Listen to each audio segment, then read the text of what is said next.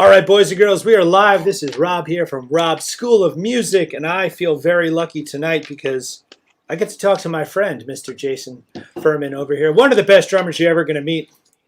An all-around good guy, super fit, super handsome. What more could you want? So how are you? I'm doing great, man. I mean, you guys seem to be doing awesome. I mean, obviously this has been a rough time for anyone in any kind of performing arts. Past going 8-9 months now. It's insane. I mean, sometimes it feels like it's been going on for like a day, and then sometimes it feels like it's been going on forever. Yeah, like absolutely.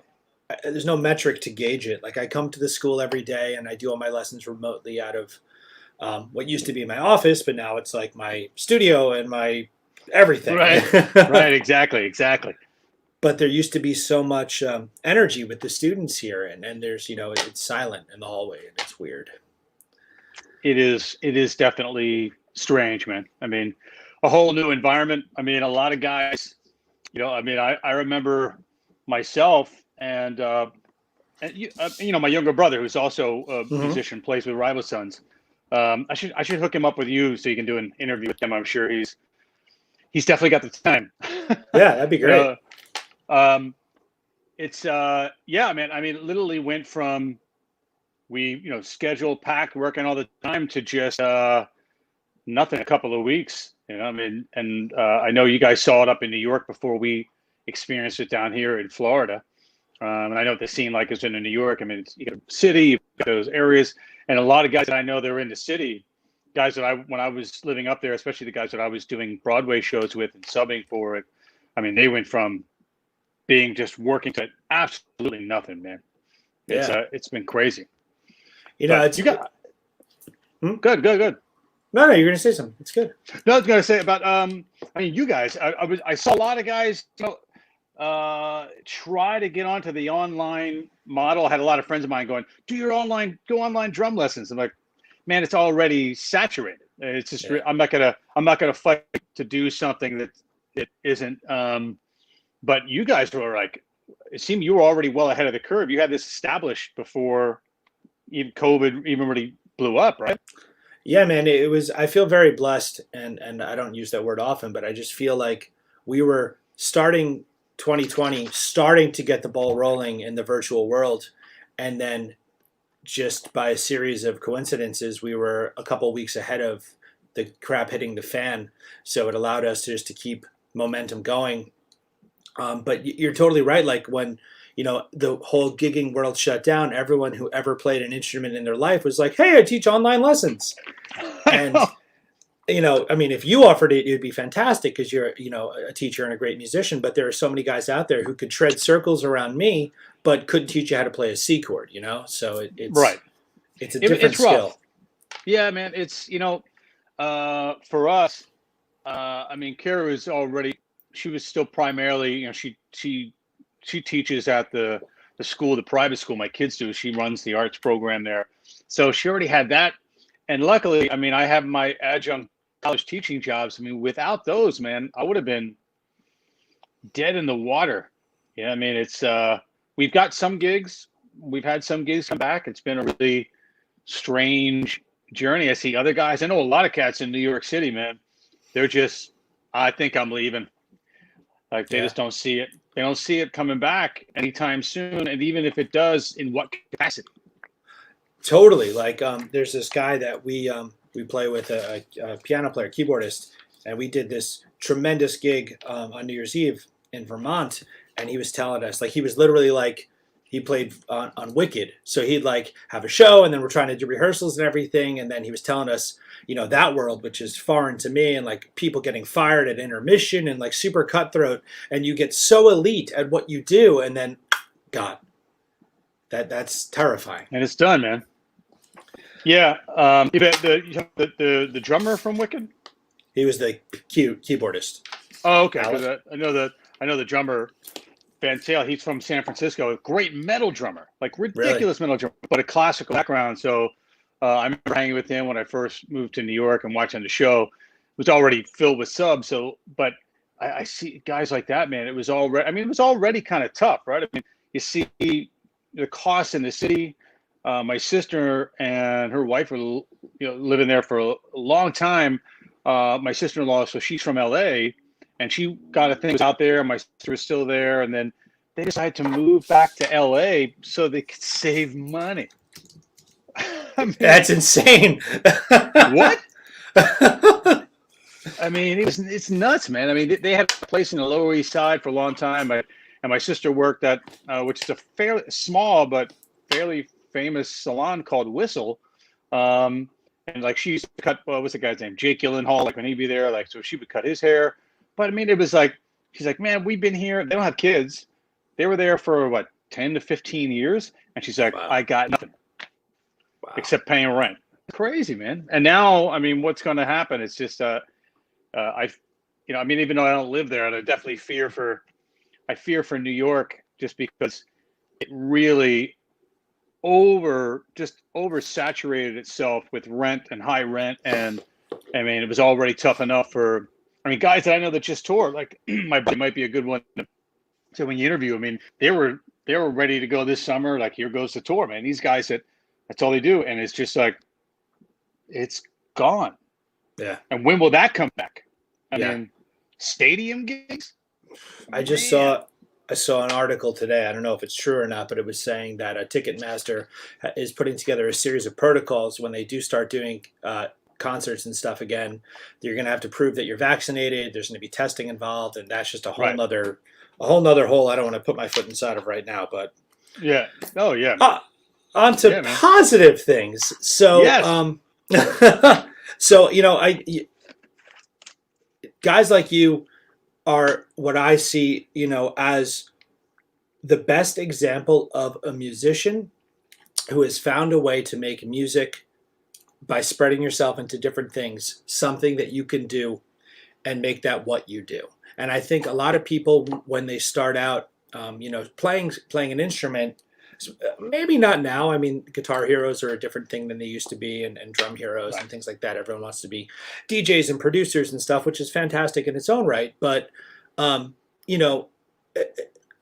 my favorite thing when I interview people on this thing is talking to people that aren't necessarily the guy, but it's the guys that make the guy the guy. Because I think, like, you could be the most talented individual in the world, but to become Taylor Swift, she's talented, I'll give it, Taylor Swift, or Billie Eilish or something like that, like, that's a needle in a haystack, 1 in a billion. But to be the dude who's her touring keyboard player or something like that, that's, if you're good enough, it's a realistic gig. So what's your story, man? how'd you get to where you are?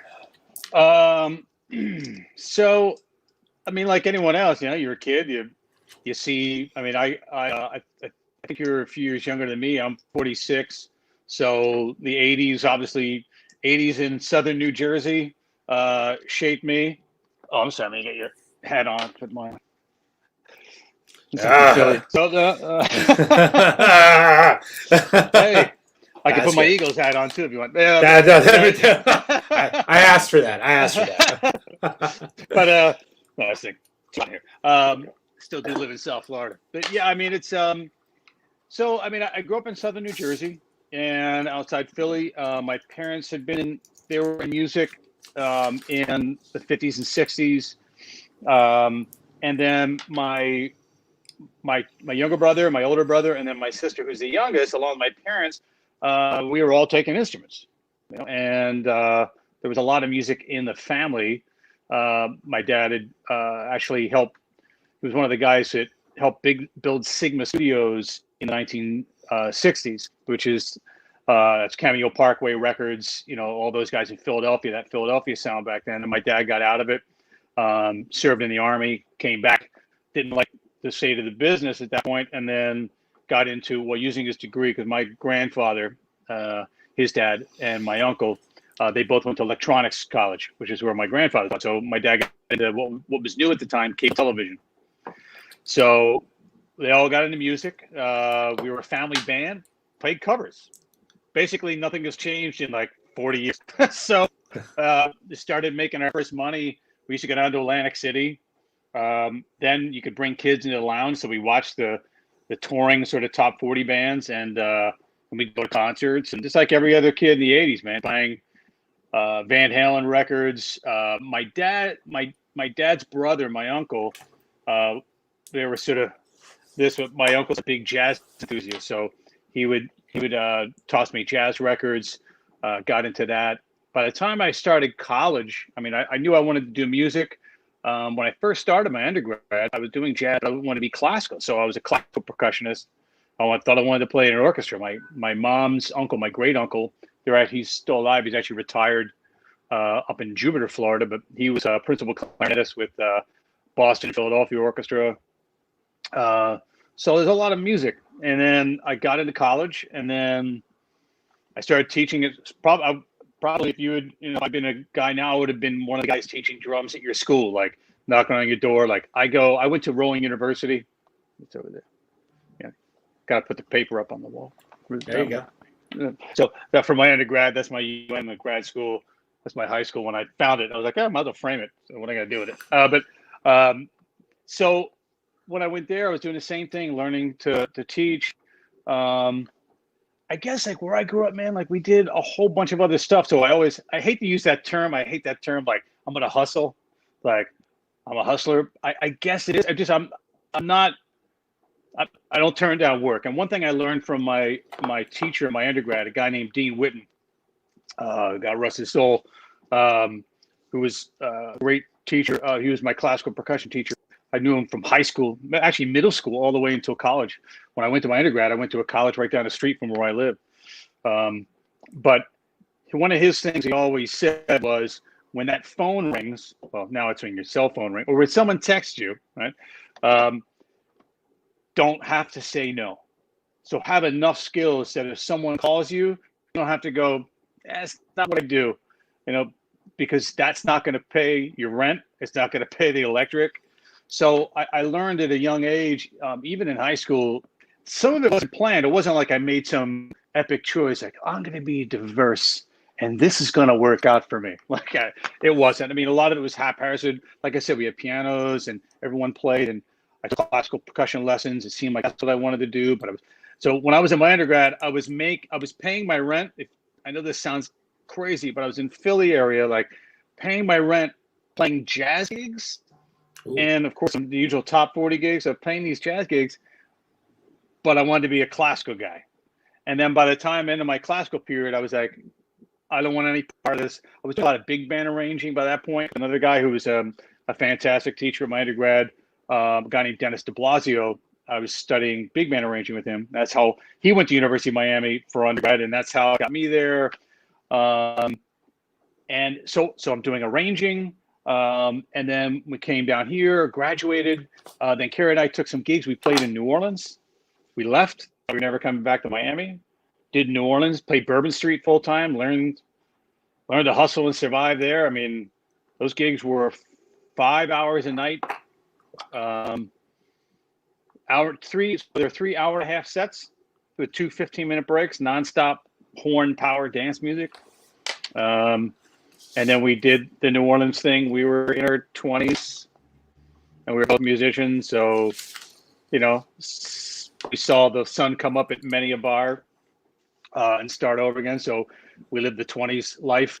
But I also got into meet other musicians there. So going to that city, when I was in UM, I was really into sort of like, strangely, I got into like Dixieland. And I wanted to do Dixieland, even though I was playing all this more avant-garde stuff. So like I got this call to go to New Orleans, and another one, just to step back, when I was in my undergrad, I needed to get out for a year. So I did part of my undergrad in London. So I did study abroad. So if you have any students who are looking to go to college, I always tell them, do a study abroad program. It'll be the best thing. And some of those friends, a friend of mine, Chuck Glassman, she's a big studio saxophonist and composer. My buddy Ray Butcher, trumpet there. I went to college with them at university, and by the miracle of things like Facebook, we all still stay in touch. So there's still friends from then, and and then so going on back to New Orleans, and we were there, and I started playing with a bunch of New Orleans musicians. I got to be friends, a buddy of mine, Stanton Moore, who's a drummer from there. Then they kind of blew up the band named Galactic. Learned a lot from him, and a guy named Johnny Vidakovich. They got other set of skills. We were going to move to LA. So we were going out to LA. We were heading out. We were looking to go out there. Hated it. Just didn't like it, man. I don't know if it's just too much Jersey left. I couldn't do the LA vibe. We were just sort of like, I mean, it was beautiful out there, but we've been there several times, but it's just wasn't it. So we got a gig. Coming back to actually Carrie got the gig. We got a call for this band in Florida at the time called Fifth Avenue, which was a wedding band. We're like, well, I guess we're moving back. He heard the demo. The band leader heard the demo. Was like, well, I wish you could bring the drummer and the bass player. She's like, well, so the drummer. So I got the gig. We were down here for another 8 years, just gigging around, man. Then at that point, I turned into playing blues. Wow. There was a big blues scene here for years. So I was checking out more blues, checking out more blues records. I always played some, but to really play it authentic. I mean, that's another thing too, is when you're going to do something with somebody, I think with a student, you got to commit, you got to go, I'm going to do this. Like no one just kind of plays metal beats. You know what I mean? Like you're either metal or you're not, right? You're either doing blast beats or you're going home. Like, I mean, so if you do it, you commit to it. Like, so I would ask even those guys, like, give me records, I'd find a set list, we'd do them, learn the tunes. And I got to play with a lot of great musicians doing that. That scene isn't really here anymore. I even got to play with guys who are like rockabilly. I'd never done that stuff. So it was years and more R&B with some of my other friends. And a lot of that is a connection too. I mean, I tell students if you're going to go to college for music, and this is with anything, man. I mean, it's, those are your connections. Like what you do in school, what you show other students, man, they're still my connections. I mean, University of Miami, Rowan University, I'll probably more so performance-wise, University of Miami, they're still my connections this day for getting calls. Sure. Learning to read. I mean, I know a lot of guys don't necessarily read, but like I always go back to when that phone rings, like, why would you not learn to read? It's like you get a call, say nothing's going on that month, someone gets you to call and do a show, like they're going to do whatever show it might be, right? Hamilton is coming to town, or this high school. I mean, I know that happens a lot in New York. Where I grew up in New Jersey, the same thing. A lot of the high schools will hire local musicians. I did that when I was up in New York to play in the pit. Hey, man, there's money. Exactly, so, dude. I mean, and I'm trying to remember. I was just trying to remember right now, like how did you and I meet? I mean, it's like I met someone. Dude, it was lucky to meet somebody like you up there. It was the most random thing. We were playing at Billy Joe's Ribworks on Mother's Day. There you go. And you guys were in front of us, and you could just tell the way you're looking at us. I'm like, these are musicians. They have to be. They're like they're digging it, and they're like reacting to the set choices and stuff. And then we just hit it off right away, and it was fantastic. That's what it was, Billy Joe's. I remember we saw a gig of yours. I used to like going to that place, man. That was fun. With nice. The little out yard area, because the kids were younger then, so we could like let them run around. Right. But I don't miss Newburgh, but I did like the Newburgh waterfront. That was always nice. Rest of Newburgh. I played some of those. I played a place called the Terrace Lounge, and you should never know of it because it's like, and it was just some. I don't even know how I met this guy. I'm trying to remember his name, but he was cool. But he was like an older black guy, R&B bass player, and then somewhere he heard me play, and he was like, I got a couple gigs at the Terrace Lounge. Now I grew up in Philly, playing in different, but I mean it was hardcore Newburgh neighborhood. Walking in, the other guys were helping me load my drums in. So those experiences never changed. But yeah, man. Here's a connection. I mean, we're here talking. It's I think a lot of some of the things that allow me to keep working. I'm not saying to people out there that maybe don't like me. I'm sure there's plenty of people that go, I hate that fucker. How do you relate with other people, man? I mean, how do you talk? Like, I remember something I learned from my dad a long time ago. It's like, doesn't matter what it is. Like you show up on time and you're always ready. You're early, ready to go. and you don't complain. I mean, it's like the old joke, right? Like, how do you get a musician to complain? You give him a gig, and then he complains. Yeah. You know, so it's hard not to do that. You can get it. There is definitely, you know, as we get older, that idea of I've seen some real jaded cats, you know, but I think it's also being willing to do whatever you have to do to survive. I mean, look, I know a lot of guys. I mean, I thought when this thing got done, I mean, one of the jobs I do now is I kind of saw what was coming, right? So, and I tinkered a little while, like, what kind of stuff can I do at home? One of the jobs was teaching ESL online to Chinese kids. So I saw it. I got an application. I mean, I was a college professor. You know, they're like, all right, they gave you the job. So, but man, over the summer into that, you know, out in Oklahoma for a while because my mother-in-law was out there by herself when this really went down. So everything went remote. And people were like, well, can I get that job? And it was, then they closed. I mean, there was nothing open. So it seems, so I had to learn to do it, man. I had to sit there like, how am I do you teach English? I'm from New Jersey. How can I possibly teach good English? What do we get? What will I tell him? What do we call a sandwich? Is it a hero? Is it a hoagie? Is it a sub? Right. Is it soda? Is it pop? I don't know. Forget about it. So, I love so much of what you said there, though, because like one of the things that we try and make every student do here, no matter what age they are, no matter how far they are, each one of the lesson rooms has a piano, has a guitar, has a bass. There's a big room in the back with a drum set. All of our stuff is pro level gear, so they get their hands on something, and we diversify everyone because I'm the same as you. I'll never say no. I think it's the best trait you can have because why would you turn down a gig? Money is one of the few things you can't have enough of because it's a circle, and take it while you're on the top because it's going to go back down again. And I think that's such a tremendous thing to instill in people.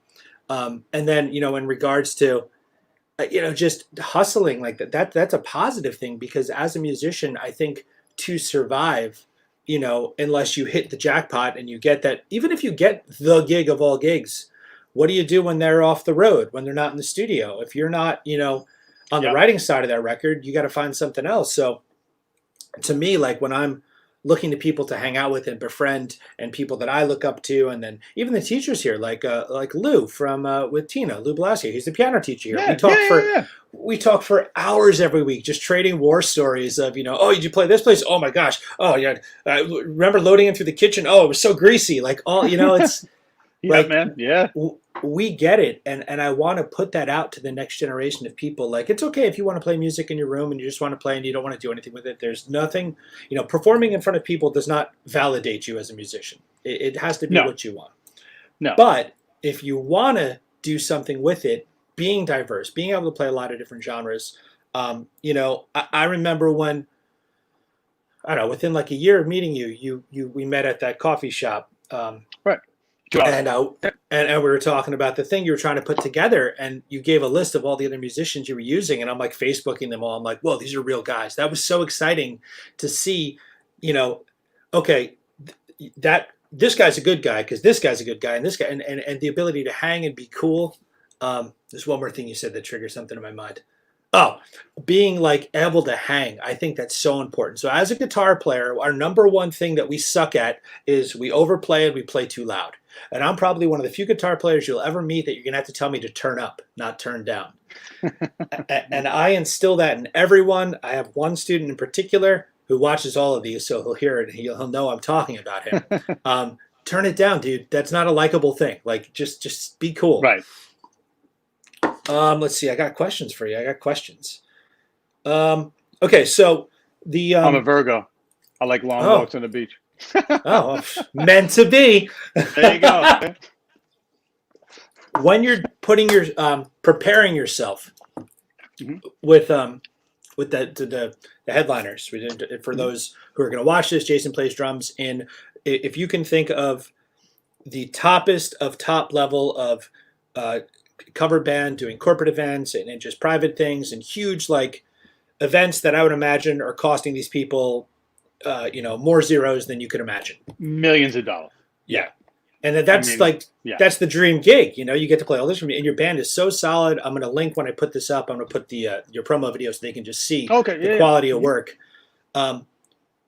What is the preparation like going into a gig like that in terms of like, are you playing, are you triggering tracks? Are you reading charts? Yeah. Yes.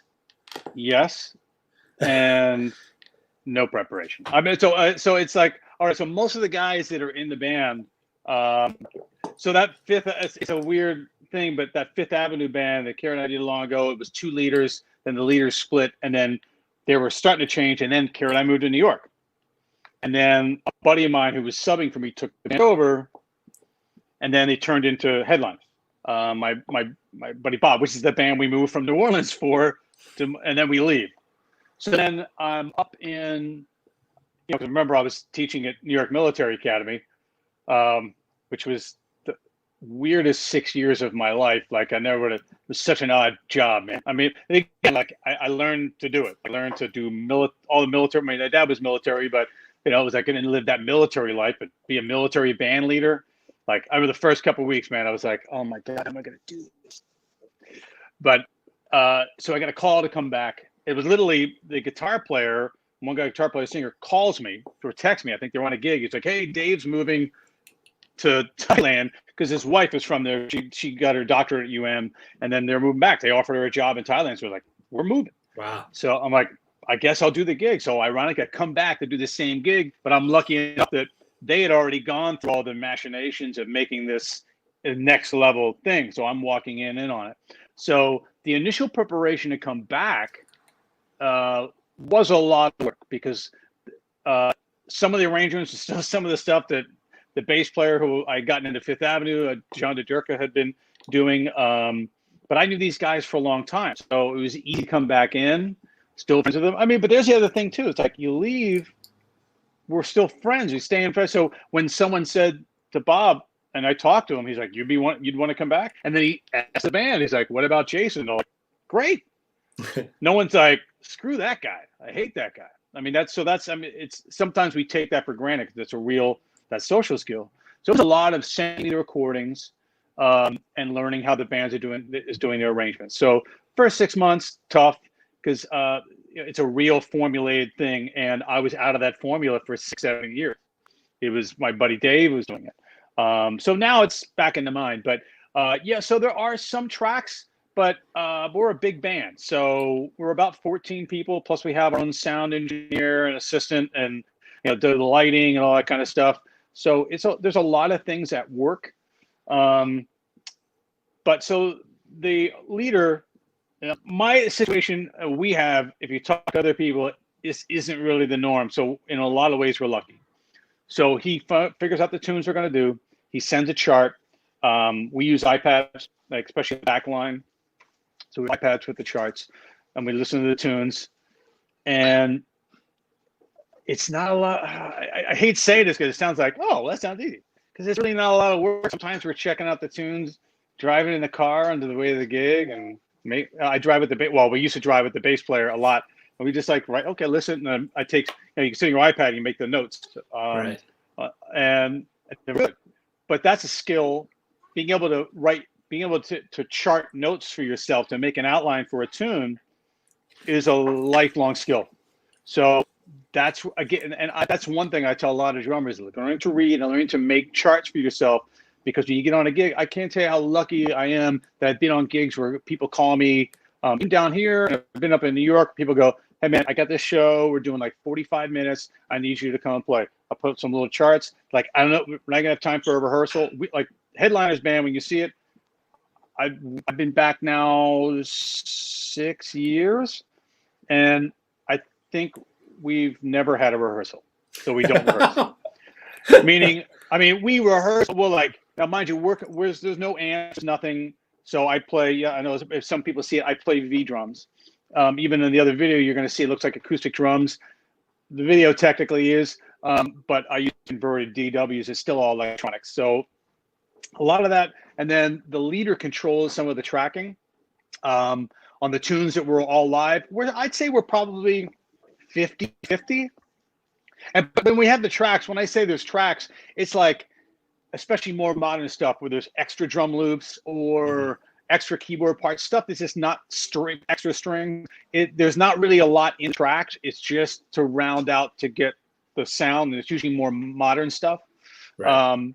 So that is triggered by him. Everything else I do, I have memorized. I know the click. I think I do. At least the last time we actually had a couple gigs after 7 months off. And I remember most of them. But I do use a click that I give myself. So there's a metronome in the Roland Brain, and we make sure that we play the same exact tempo every single time. So it's not a lot of work. There's not a lot. Basically, there's like no preparation as far as anyone. If I'm telling you that week, like there is a gig, I just see the emails. I download the charts. It's usually like a keyboard chart. There's a horn guy, the trombone player in the band writes the horn arrangements. So everyone's kind of doing some work, but there's not a lot. But that's the only reason it's not a lot of work is for all the work that I've done for decades and went to school for. And that's the stuff that pays off. And you have to know a lot of different styles. Like you can't just be a jazz guy. I mean, like as a guitar player, the guitar player, who's a fantastic guitar player and very diverse, he's got it. Like if we do a country tune, he's already thinking about, he knows how to, I'm gonna get that tone, a different tone for this sound. And you're gonna take a solo, knowing what stylistically you got to do to make it sound right. So that again is a skill, and that's studying a lot of different music. But you know how it is, man. People look at you, you play on stage, you're like, man, you're so lucky. I'm like, yes. It's a lot of work, but it's like, and sometimes like, but I look like you're having so much fun. I'm like, that's my job, is to look like I'm having fun. Like, I'm not saying I don't have fun, because you can have fun, but people forget that sometimes still it is a job. So you're going to work, and you have to be prepared for that too. So a lot of musicians that go, man, this gig sucks, it hits, like you look like it on stage, like why would anyone hire you? Exactly. Even if you hate the gig, like it's all polka music, whatever there is. I mean, if you go down to Disney, like there's bands all over, right? So I remember we were with the kids Disney last time we went, and we were in the German pavilion, and you go in there in the little theater. I don't know if you've ever been there, but there's like a sort of like eat the German bro house, and it's a stage, and there's these guys that come out and they play like 10 shows a night playing German barrel polkas, and they look like they are having the best time all night long. And I look at them going, that is an awesome performance, acting and otherwise, because you have to. So part of your job isn't just playing your instrument, it's how you project yourself. That's something that unfortunately only, there's those elements with music, man, it's only experience and time can teach you. Yes. But the student has to have the mind frame, like, I gotta learn this. I gotta learn how to react with people. Like gigs were over, I mean, same thing, drummer, too loud, overplaying. Guilty as charged. I've been the same guy. And you learn that that's not important later, because really no one cares. The only thing people that care are other drummers. They're not hiring you for gigs, Right. So, but preparation, man, and preparation isn't even just the music. It is social preparation. Like, do you look? I mean, I know I haven't shaved. Like, I look completely filthy, dirty, even let my beard grow. Beautifully handsome. Beautiful. I'm teaching from home, and then I'm leaving tomorrow morning for 4 days to go hunting. So I'm with some friends. So I'm not worried about it. But I mean, how do you present yourself? Do your clothes look clean? Are you like how to dress for the gig? I've seen guys show up to gigs that are supposed to be nice, where other guys are wearing a tie. I mean, in general, people know around here, if you're showing up to the jazz gig in town, I'm wearing a tie, I'm wearing a vest. Like, it's just kind of like, it might go, whoa, that's really sharp. But at a certain point too, look, I mean, I'm still somewhat in my 40s, and if you want to still get called, you still want to be competitive. Some of it still is a young guy's game, and they're luckily, as drummers and backline guys like myself, the shelf life is longer. But nonetheless, like, you have to work with people at all different ages. I work with people older than me, people much younger than me, and you have to be able to get along with all of them. And if you have a younger guy who's too green, instead of just being like, ah, oh, fuck this guy, Jesus, you got to be able to go over and say, hey man, but you sound great, just but doing it without sounding like you're Moses on the mountain. You have to kind Right. of do it in a way. I was lucky. I had a lot of people like that on gigs. I mean, I had in Philly doing jazz gigs. I mean, it was rough. I don't necessarily think that that's the way to do it. Like, I'm not convinced that old school is always the way. Like humiliation, like being at the jazz club jams, and I was really young, and then like literally get done a tune, and they're like, "Okay, you can go now. Like you're done."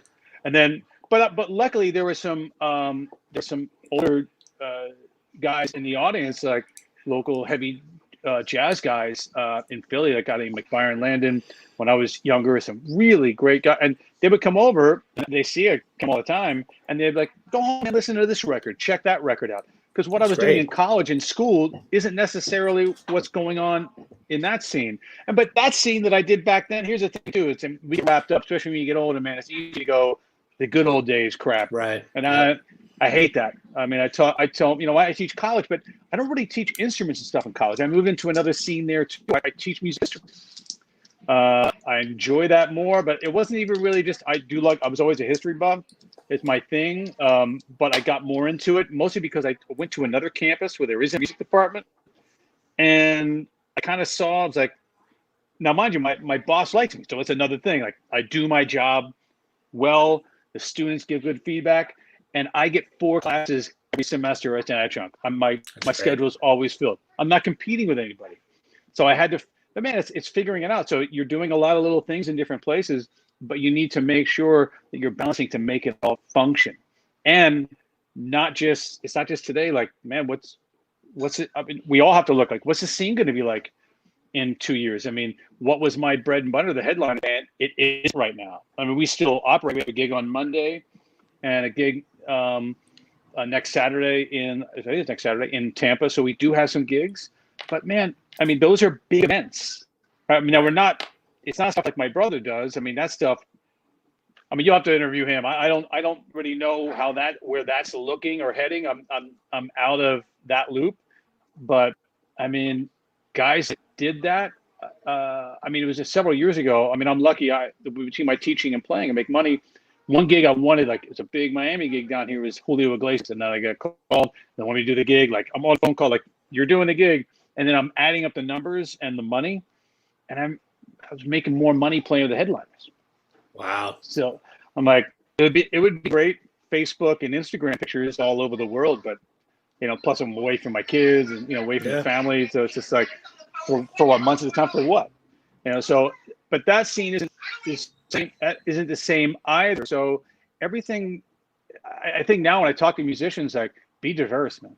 Maybe not even just with music. I'm not saying like because it used to be, it seemed like that when we were younger, it was like guys rather like, you're a musician or you're a hobbyist. Like, you got to pick. Right. Like, it's not really it. You just got to be diverse. I mean, I know guys that are musicians that do well and they sell real estate. I know guys that, that they do other things. I mean, I know you guys personal train. That's one thing I'm actually working to do now too, is just get my personal training certificate. So like, but again, I'm not looking at like, I'm going to brand it big because this is what I'm going to do.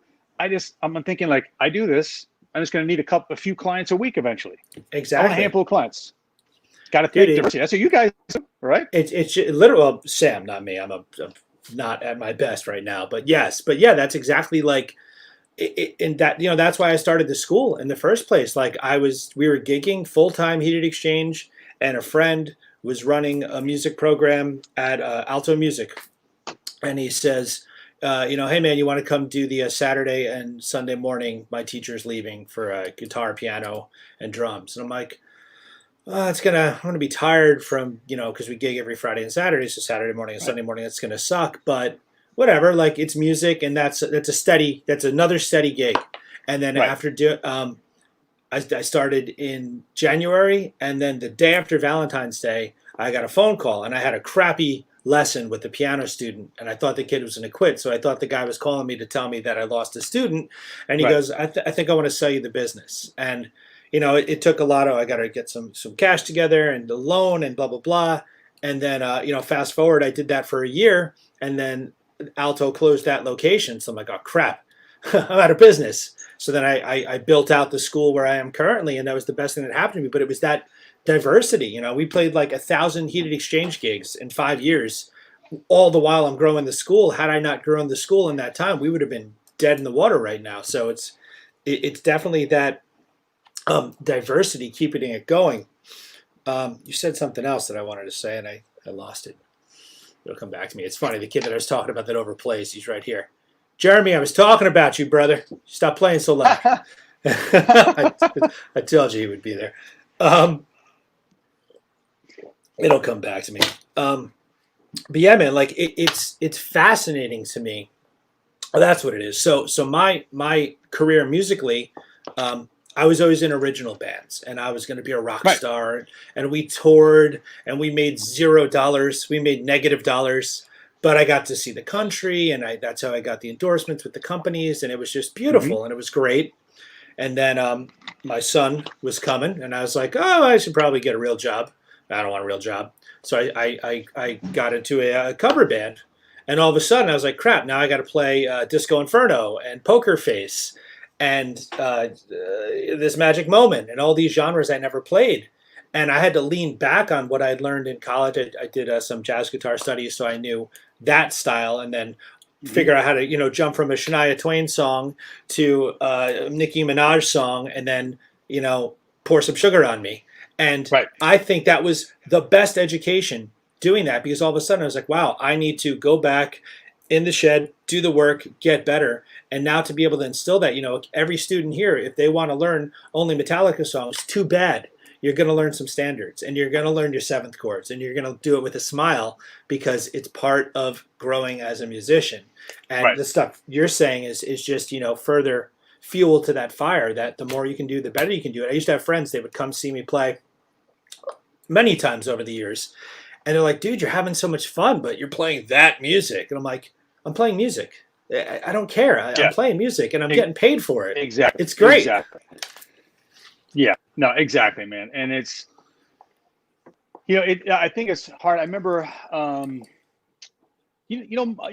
Benninger? I don't think so. He runs a music school in near Cornwall. I think it's in New Windsor, and something I can't remember. But anyway, we for him for a little while too, and had the kids, and he had a kind of interesting path where I can't remember which.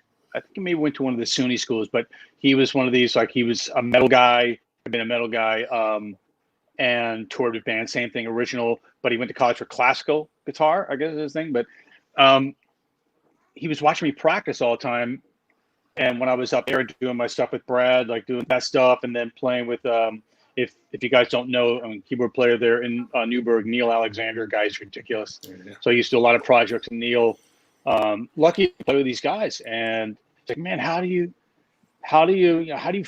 find not even the time to practice, but how do you find the energy to practice like new stuff when it seems like there's no place to put it? I'm like, well, that you have to keep challenging yourself. You have to put it. And I go on and off. Like I'll be honest. Like the last several years, like I still shit a little bit, but I've been playing a lot. I was and then when the pandemic stopped, I was out at my mother-in-law's, and I was like, just kind of lifting and training in the garage, and then I couldn't spar or anything, doing Muay Thai or anything like that, so I had to like do things in parking lots. But it made me do more things. I just had a practice pad and bass drum pedal practice pad, so maybe practice other stuff. So the older you get, it's harder to stay motivated. What I'm going to practice all this for maybe that one time that year I get to play with these guys, do something cool. And that's it. I mean, that's what I got to do with Brad. And then I can't even remember how I met up with Neil, but it was just sort of like the other thing. I think I sat in somewhere, and he was like, wait, you live here? I'm like, yeah, I'm down at NEMA. And then it just turned to a thing. But that's it. And one thing I can point out is that's like my thing is just one trajectory. Like my brother, for instance, his trajectory in music is single. Mine, there's nothing wrong with that. So, I mean, if a musician has that, like I have some students like, all I want to do is be in a touring pop band. I'm like, well then go to LA, learn about LA, learn the scene, what I'm going to do, and try to do it, but only do that. because the thing I learned, I remember when I was back up in New York, and what's his name? John Riley, who's a famous jazz drummer, had a lot of jazz books, and I stayed with him. I stayed with John a long time ago, and then I had his books. I taught his books, so I taught at UM. Like I still use them. And then wound up, he lived in Cornwall. I called him. I thought I was going to do like the old days and meet him at Manhattan School. I didn't know where he lived. And he's like, I live in Cornwall. I'm like, I live in Cornwall. So I went to his house and I took some lessons with him. And he posed a real interesting question to me. So I prepared all this stuff, and he's like, I can see you prepare all this stuff for the lesson. It's great. And this sounds great, but it doesn't sound like that's you. He's like, so what do you want to do? I'm like, what do you mean? He's like, if you're here in New York and you're doing music, like, what do you want to do? And I remember thinking, fuck, I had no idea. Play music, maybe. So what I realized at that point is and I know I'm oversimplifying it, but if you're the diverse guy, the key point I was like, being diverse in certain cities, like especially down here, he's like, and that does allow you to do a lot of different work. But if you know all you want to be is a guy that plays jazz drums and does that, like, you need to figure out those guys in that scene. Like, it's a lot of homework. So like what we do now, connecting, you got to connect with those guys, know their records, like meet them all the time and really focus on that. And that was, and I realized at that point, I'm like, that's not going to be my thing. My thing is I enjoy lots of different stuff, and maybe that's bad, but it allows me to work, mind you, but I'm not amazing at one thing. I'm either good or competent at a lot of things. And that's just my trajectory. And there are a lot of musicians like that. I don't practice marimba, my classical stuff anymore, but once a year, a couple times a year, I called for these little sort of orchestra gigs, and I show up and they know I can do it. I know how to play tambourine. I know how to play triangle correctly, not like high school concert band, but like real, I wouldn't want to listen to myself play back because rusty, but that's a different trajectory. My brother had a different trajectory. He wanted to write tunes, be in these kind of bands, and he went to LA to do it. Then he came back in New York.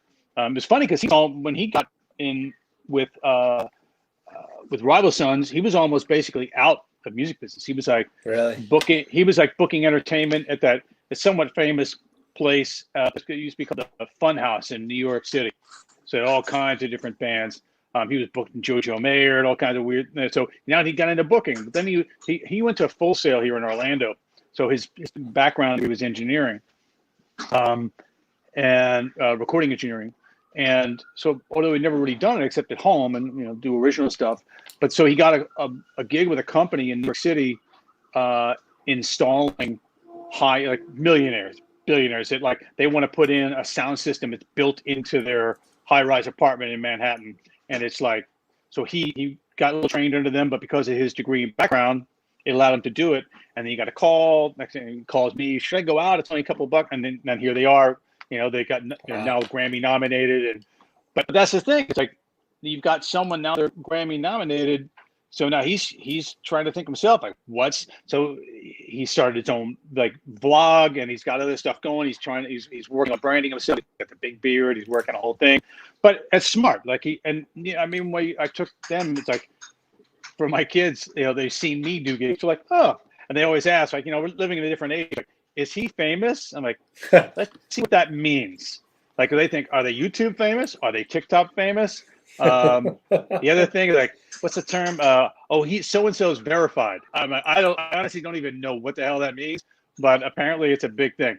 But I remember taking him to see my brother in Tampa and his band. And so we walk into this giant stadium and there's Uncle Todd on the stage. And my kids are like, wait, what? It was like this sort of strange disconnect. Like, wait, that's like famous stuff, like big stage. But he's like, when I go to a gig, and he can tell you if you get a chance to hear him, like, he goes, when I go to a gig, I learn the stage. I spend my time backstage, like learning the stagehand's name, learning the guys that work backstage, learning the guys who work with the other bands, because man, it's being interpersonal. And when it comes down to it, where's your next gig going to come from? Nothing, at least in this business, nothing lasts forever. So you have to be ready for what comes next. If you're touring with the biggest band in the world, how long is that going to last? Pop there's a reason it's pop music. Pop music is meant to go away and something else to come and replace it. So, and I mean, I see that guys are too. The band that I do, I have to being older. It's like I have to learn to play like these trap drum grooves. I mean, I didn't grow up with that stuff. You know, I grew up listening to Whitesnake and Miles Davis records. So it's like, or you know, not even it's funny to think about Britney Spears. Like that felt like and now it's so old. Like it just it's ridiculous. But doing a lot of this new material, I still have to listen to it and take the music seriously. You might just go, this is a stupid ass tune. In my mind, like I hate it, but I try to avoid that because I have to take it serious because there are people out there listening that love this shit. And if you sound like you don't like it or you're not taking it seriously, why do you deserve to get paid? Right? I mean, you wouldn't be a magician. It's just like, here's the coin. Right. There you go. Like what? It's show business. Magic show. Right. It's show business. Yeah. And that's kind of hard sometimes for younger musicians to wrap their head around because we sort of mix things. One, I remember learning, and ironically, I didn't learn this from one of my college professors. I learned it from this guitar player I work with in a band in New Orleans. And I was out doing jazz gigs and did cool stuff. And yeah, she was like, man, he's like, you're living the dream, man. It's like, you're on Bourbon Street. And most of the guys, I mean, I would not tell out of the jazz guys in town that was my main gig.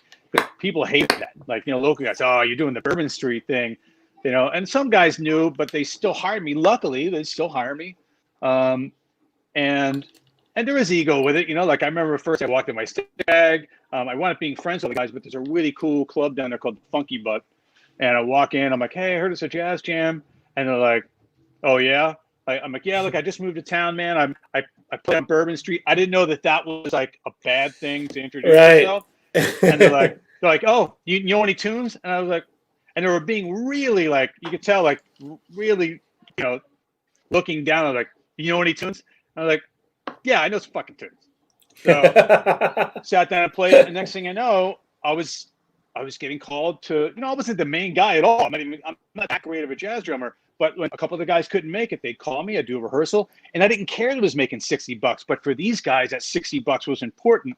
I had my other gig, right. But the thing that was great, and he pointed out to me, I guess I was already doing it, but he's like, man, when it comes to music, there's the art and there's the craft.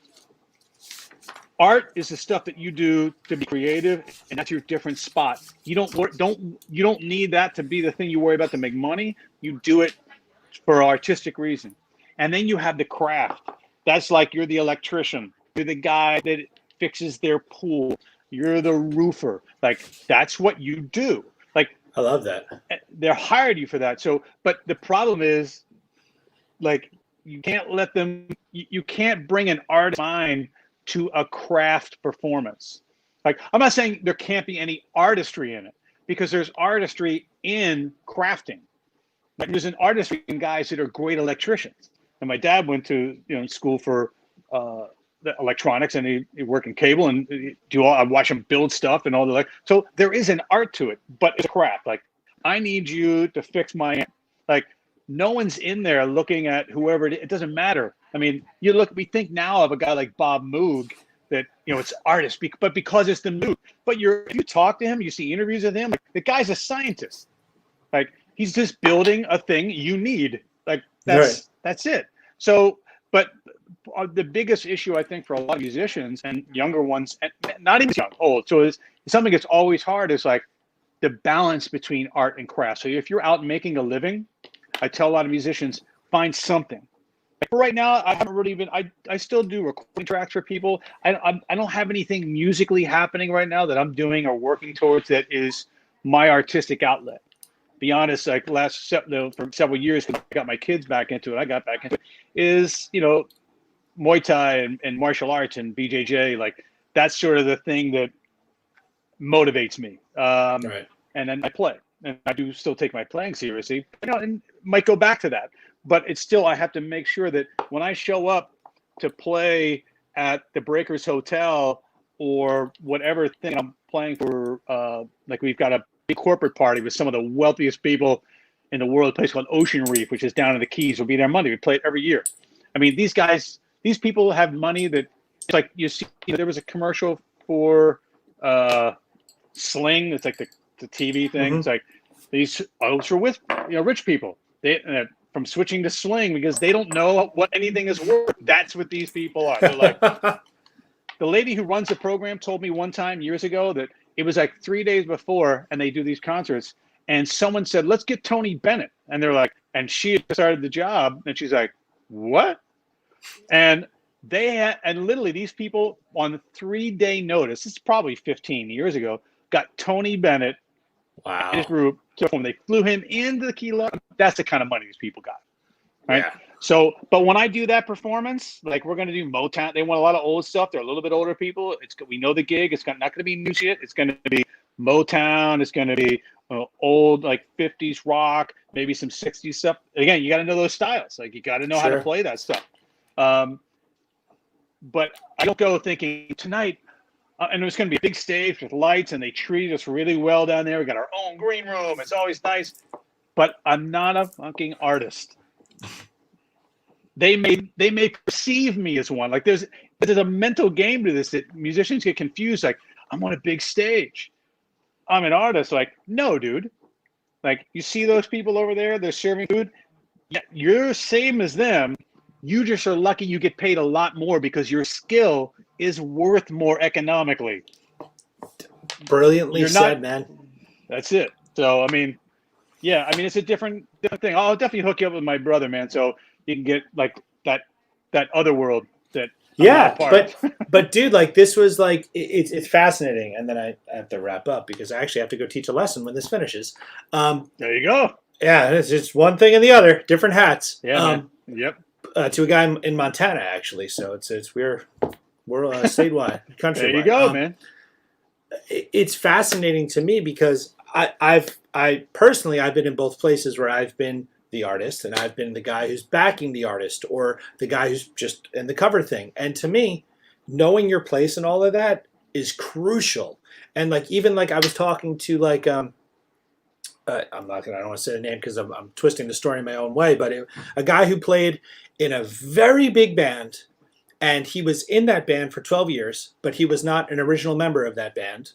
And eventually they put back the original band. So for those 12 years, he managed to exist as an integral part of the group, but all the while knowing his place in the group. And this is a group with some people that are hard to get along with. So he managed to pull that off by being just a sweetheart of a guy.